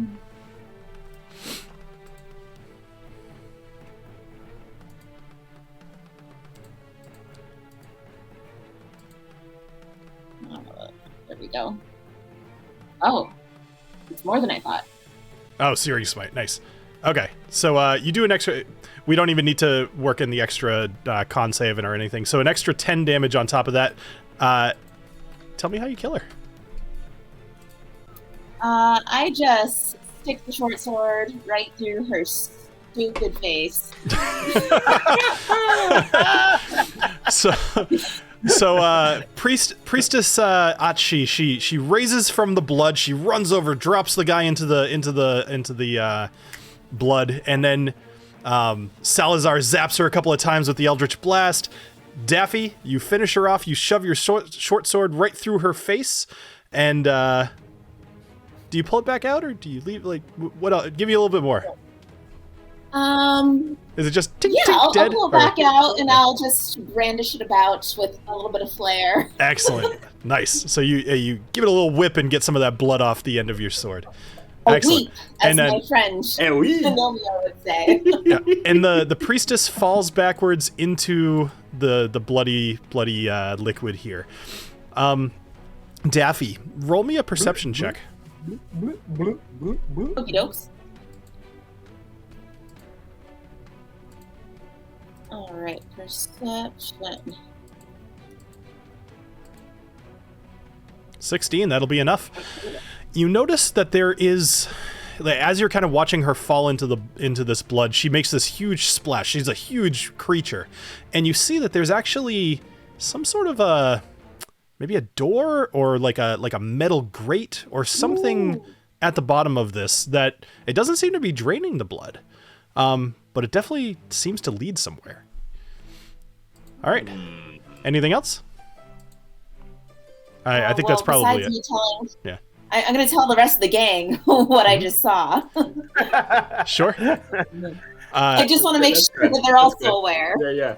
Sure. Yes. So we are still in combat here. McShweta is going to use... she's going to use her turn to kind of grab this this Goliath and try to drag her out towards, the side here. The UNT purebloods that were controlling the mechanisms, they are going to flee. But Agnomeio, they're going to have to get past you in order to do so. Aha! My time to shine. All right, so you are up. Right, well. I will not let these evildoers pass before my sight. And it's time to get stabby. It's time to get stabby. It's stabby. Nice. She looks defiantly in your eyes as she's trying to run past you. An 8 won't do it. Oh, okay. Second attack. Wow, I am rolling so badly tonight. I know. Oh my gosh. Oh god. You know what? I would throw away these dice if they were physical dice. Worst dice. There are actually mods out there where you can put a dice in like a dice jail. That's so unfortunately an 8 and a 10, I can't even kind of give it to you. I didn't think you could. Yeah. No. Anything else? No, I am just going to hang my head ashamedly.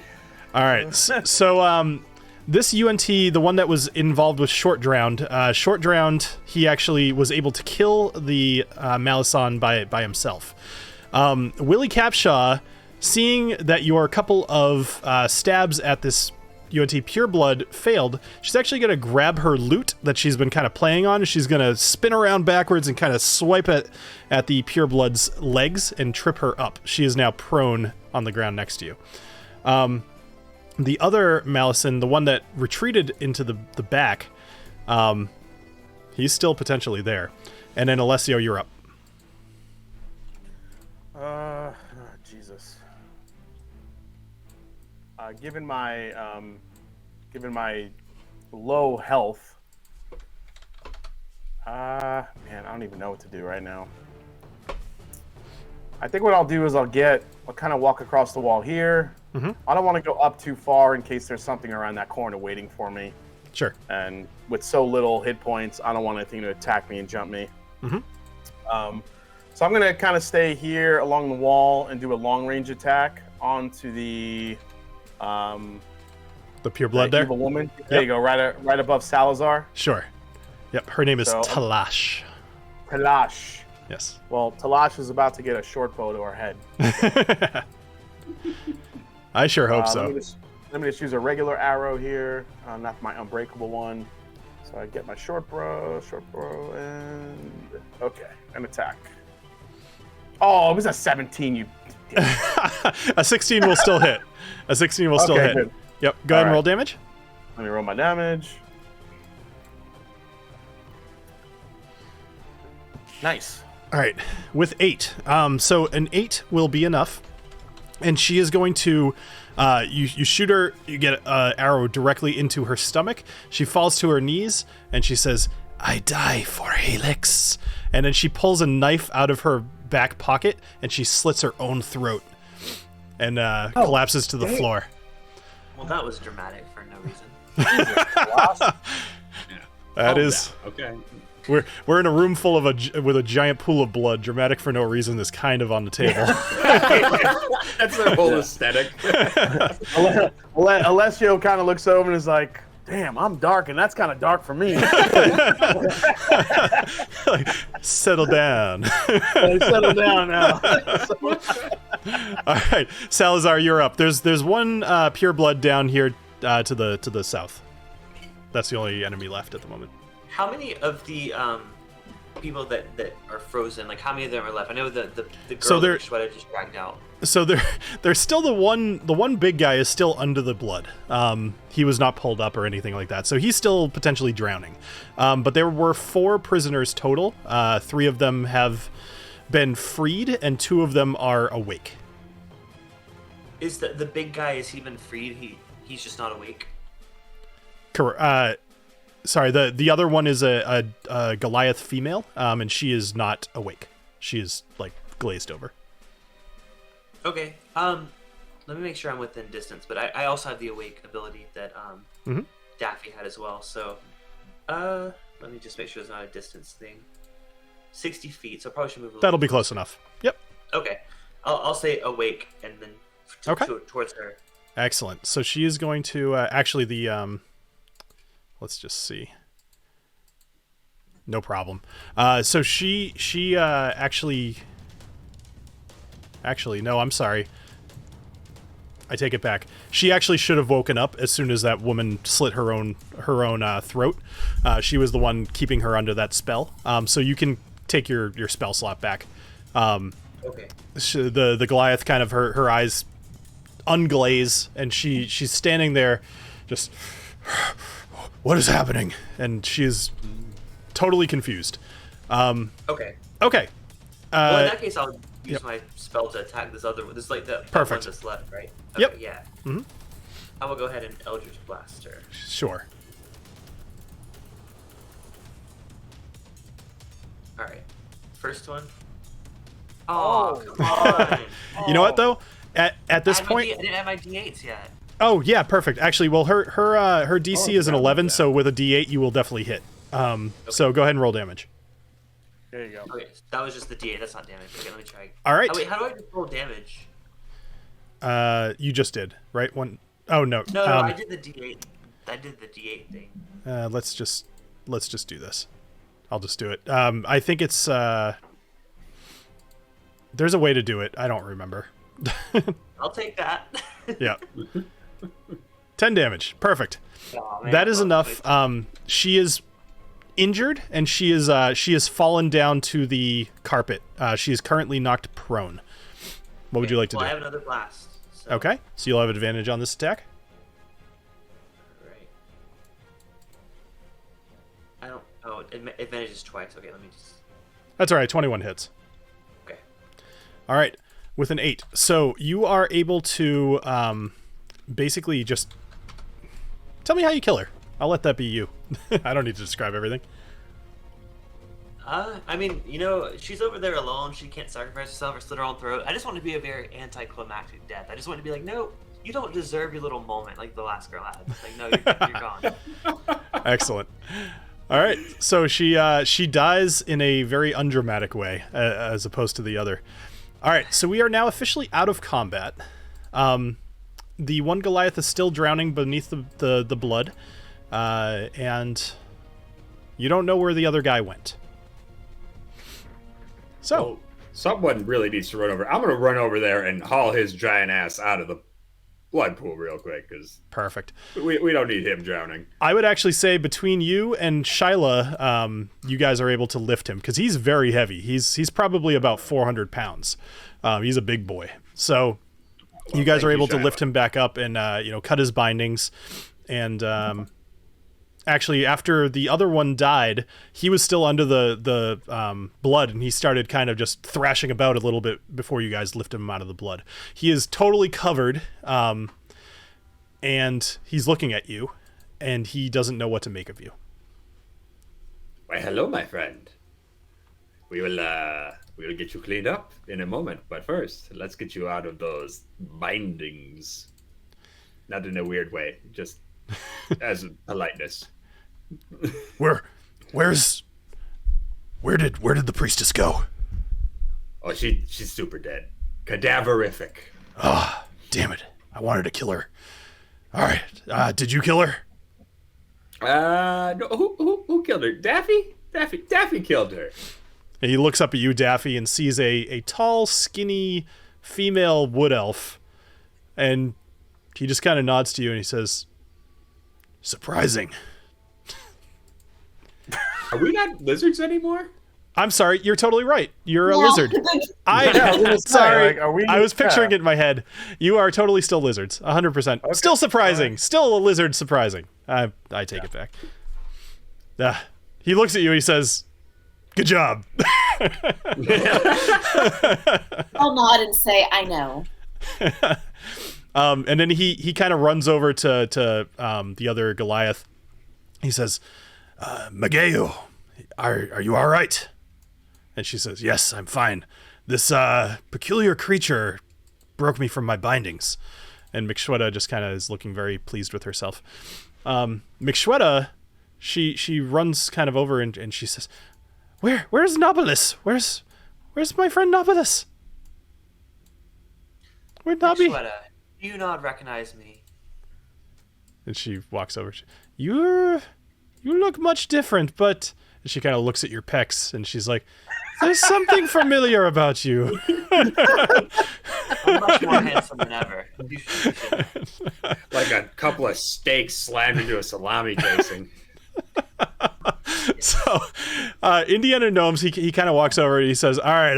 If he says, sorry. Well, he's a UNT now, so he's got a different voice, but he says, if we're all done with the pleasantries here, we were very wrong. Thorak is not free. He is captured, and this is a big problem.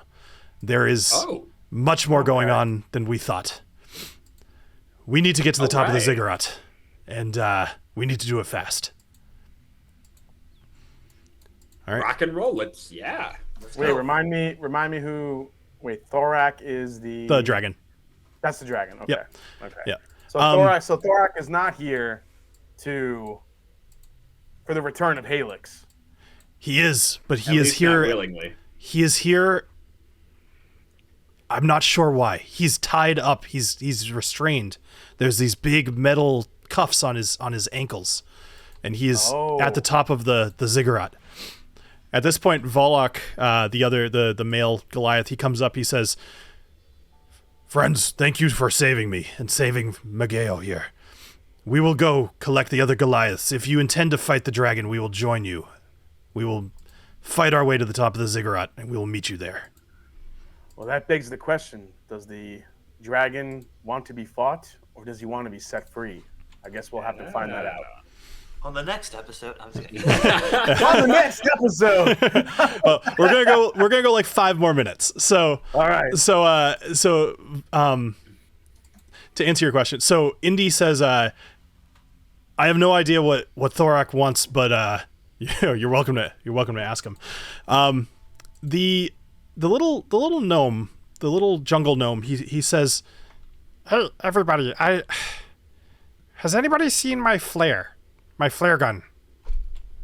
Does anybody see it's like a little tube and it's got an explosive in it. Does anybody see that anywhere?" I'm gonna walk over. Also, I don't think anyone's cut him free yet. I'm gonna go ahead and do that. Correct. Yeah, that's true. You guys woke him up and just left him there. Yeah, that's all right. You were busy. He says, "Thank you for a while, but does anyone know where my gun is?" he says, if we find that gun, we can call in support. There's more of us, and we can help with the dragon. Oh, okay. Gnome Commandos. But you got to find the gun. He says it works. You shoot it towards the sky, and it will make like a big firework, and that's all you have to do. Do you remember the last time you saw it? Was it on your person before you got shackled to the wall? It was. It was when I was captured. They took it from me, and then next thing I knew, I was breathing in this weird smoke, and then I was here. We should check the bodies of all the creatures we killed. Let's check this room over here. Wait, did you guys check this room? Do you see that? Did the raiders see anything over in here? Any flare guns? So no, I think we should definitely check the bodies of everyone who's dead. All right, so let's do this. So we're gonna do while you are checking the bodies, you are going to find actually quite a bit of gold on these different various creatures. So not only are they making sacrifices to Helix, but part of their whole religion is to acquire wealth so that you can buy slaves and sacrifice them.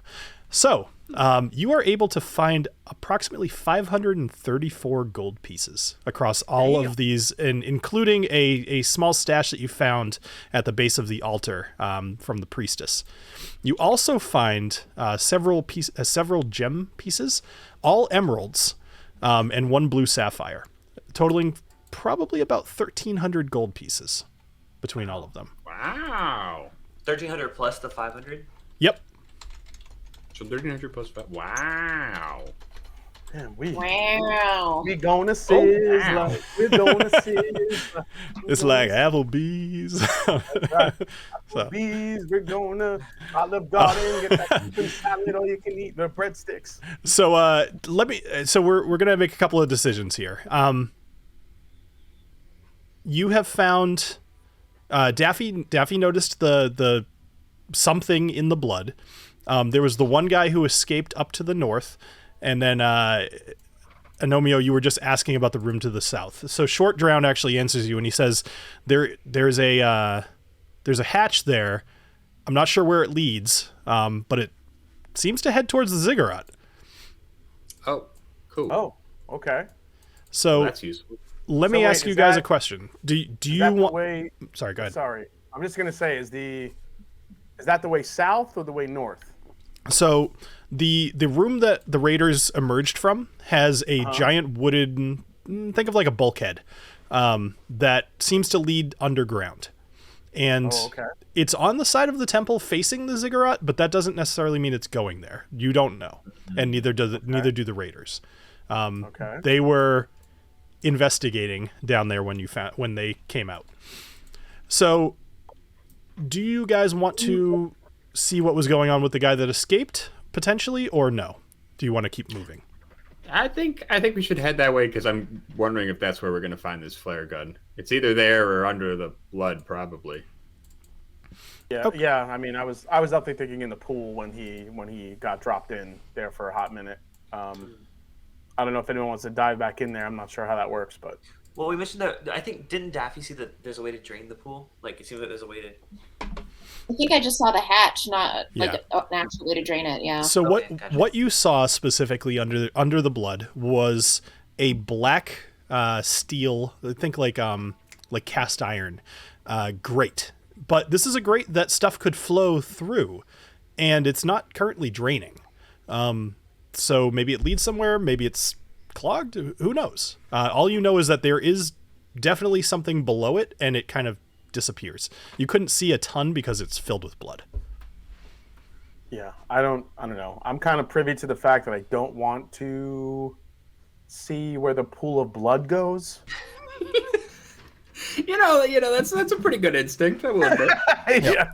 Now I'm just wondering, before we head south, should we see what this room is up in the north here that's kind of hidden? I mean, I dig it. You maybe they take the belongings of the prisoners and kind of store them up here. Maybe we find the flare gun. Not really sure. So, Sure. Let's give it a go. All right. I'm just thinking, while we're here, before we go into that trap door and see what's going on, maybe we should just kind of fully investigate what's going on up here. Sure. So why don't you all make me an investigation roll to see what you find in this room? And then Alessio, being as how you're our resident rogue, I'm gonna drag you up here. Okay. So I got a nat 20. Nat 20, excellent. All right, we'll address that in a moment. So Alessio, there is a kind of a back room at the top of this temple, and it is locked. There is a wooden door. It is locked. There's it's like a handle, but it's whatever. The door is locked. Do you want to try to pick it, or do you tell me what you want to do? Let me use my thieves' tools and try to pick it. Mm-hmm. All right. It appears to be locked from the inside. Okay. All right, and while you're rolling that, so with the rest of you, so Agnomeio, you rolled a 23, Daffy, you rolled a 13, Knobolas, you rolled nothing yet. Did we lose? Oh, we lost Nobby. Oh. Or he just turned off his video, I guess. Okay, yeah. I don't know, but whatever. So with you're not going to roll better than a nat 20 anyway. So Agnomeio, I'll tell you this, and then we'll address Alessio's 21 to pick the door, which is totally going to work. Yep. So, Agnomeio, you're looking around the room, and you see a couple of things. First, in the top right corner of the room, you notice that there are a number of chains tied to boulders with these metal collars that you've seen the slaves kind of walking around the city with, dragging the boulders behind them. Obviously, if you guys didn't kind of figure it all out during the fight, you've investigated the mechanisms behind the dunking situation. There's nothing more to that. There is a sleeping quarters up in the top left, but there doesn't appear to be anybody up there. And then you guys actually managed to find all of the gold in here. So the main item that you see is a number of boulders with the chains. Now, Alessio, you were able to pick this lock. Are you going in there alone, or do you want to bring anybody with you? I'm going to need somebody with me because I have very low health, so I'm going to need someone to help me out here. All right. Is there any... Just in case there's a monster in the closet here, guys. Mm-hmm. I will never not charge into a room. I was going to say, is there any reason to think that everybody wouldn't be going with you? No, I'm just, Cool. if anyone else was busy, I just wanted to make sure. If anybody's busy. Know? Yeah, absolutely. Know? Absolutely. Yeah, all right. So you open the door. Love you guys. Inside of this back room, what you see is the UNT Malison that you saw run away.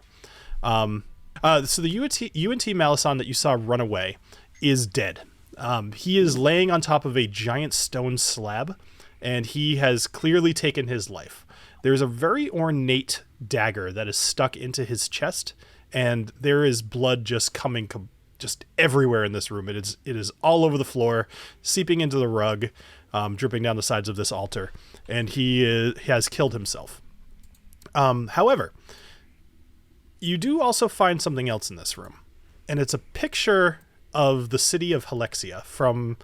it's like a drawing, like an architectural drawing of the entirety of the city. But on top of this probably pretty expensive map is, I guess you would call it like a magical sigil. Somebody has taken a paintbrush with some blood and drawn a giant circle across this whole map, and there's all these little arcane runes drawn into the inside of the circle. Oh. Okay. All right. Well, I mean, that's got to be something. Is this a chest here on the southern wall? It's not. It's a table. That's actually where you found the map. Oh, that's the map? Okay. Mm-hmm. So first thing I do is, because being the dark son of a bitch I am, I'm gonna go over to this to the guy that killed himself and take this dagger out of his chest. And, Excellent. And put it in put it into my my person here. Okay. Hey, dagger. If it's ornate, it might be kind of a cool thing to have. Mm-hmm. I want to add that, and then I think we should grab this map and see if there's anyone that could decipher it to see if that could, possibly help us get into an easier path to get up to into Helexia and the dragon. Is anybody here trained in Arcana? Yes. Anybody Like have a proficient in Arcana? Weirdly enough, I am. I remembered that, but I wasn't sure. Yeah. I'm only a +1. What are you, Agnomeio? I'm a +6. Oh, damn. Yeah. Damn. I don't do magic, but I know a lot about it for some reason. All right, why don't you go ahead? All right, I think you read my mind. That was only an 11. That's okay. All right, so the only thing that you can really tell is that this sigil seems to be representing some sort of necromantic rune. But that's all that you could really tell. All right. Okay. Cool. So we're going to end the session in just a moment, but I'd like you guys to let me know, as far as leaving here, are you going out the front door? Are you going in the southern bulkhead, or are you going through the blood? I think I kind of want to go through the blood because that's so metal. That's just so metal. I guess that's what we're doing. Didn't you say before you want to go through the bulkhead? Now you want to go through the blood? Oh, well, I mean, either or, but come on. Blood Great? That sounds like a death metal album. Blood Great. Blood Great. I don't know, but listen, before we do anything, we need to still try to find, I don't know, which path do you think we'll find the gnome's flare gun? Because I feel like we're going to need that. I feel like the blood is probably where we're going to find it, if I had to guess. But I would tend to agree. So, okay. Into the blood! Into the blood we go? I mean, does everybody agree? I don't know. No, but I'm I'll fine follow with you it. guys. All right. I'm already covered in blood, so might as well. Love it. Yeah, everyone's gotten a taste of it, I guess. Jeez. All right. So as you all wade into the pool of blood, you're able to remove the grate easy enough. You're all actually, you all can't remove the grate, but one of the Goliaths walks over and does it one-handed, no problem. So Badass. they kind of toss it into the. Actually, you know what? He walks over, he drops it on top of the priestess's body. So, and then you all jump into the unknown. And I will say that your ability to breathe underwater as lizard folk, and you're only disguised, by the way, and actually, Clifton, at this point, your disguise would be about wearing off. So it's up to you whether you would like to renew it or not. You want to stay the That's why we're covered in blood. No one's going to believe anything we say, so let's let it wear off. It's fine. Okay. All right, so you will revert back to your lizard self. All 5 of you jump into the pool of blood. Booker kind of wags his little tail, swimming after you, and your ability to breathe underwater. Nope. Actually, McShweta. That's a good point. So McShweta is actually gonna look at you, Knobolas, and she's wondering what she should do. Would you like to join us? We've missed you. She says, "How will I breathe under the blood?" Oh, does she not have the abilities like we do? No, she can't breathe underwater. This is like, why is this deja vu where we're just letting her go and, find us later? I can't do that again. Well, She's with the Raiders this time, at least. It's with the Raiders. It's all right, man. All right. Take care of what you have to. All right, so you tell her to go off with the Raiders? Yep, let's do it. Okay. All right, so you ask the Raiders, hey, will you take care of McShweta? She's not like other gnolls. She's a little different, and they agree to take her along with her. And for now, like the 4th time, all 5 of you jump down into the bloody grate and disappear underneath the crimson goo. The thick crimson liquid. And we will find out where that leads you guys next week on Dungeons and Drams. Yeah. Yeah. Yes, This was an episode tonight. I was loving This definitely was. Yeah. That was. Yeah. It's always funny how much longer battles take than I expect them to. That is fair. But it was good. You guys, we didn't die. you guys did great. I loved that you did like all the things. Like you didn't just be like, fuck them, they're dying. So you actually managed to save everybody too. Well, whatever. We can talk about that later. But thank you guys all for playing. I had a great time, and thank you everybody who's watching both now and in the future. And make sure to check out all of the links down in the description, and join us here for next week as we find out where they go. Cheers. Cheers, everybody. Cheers, y'all. Happy St. Patrick's.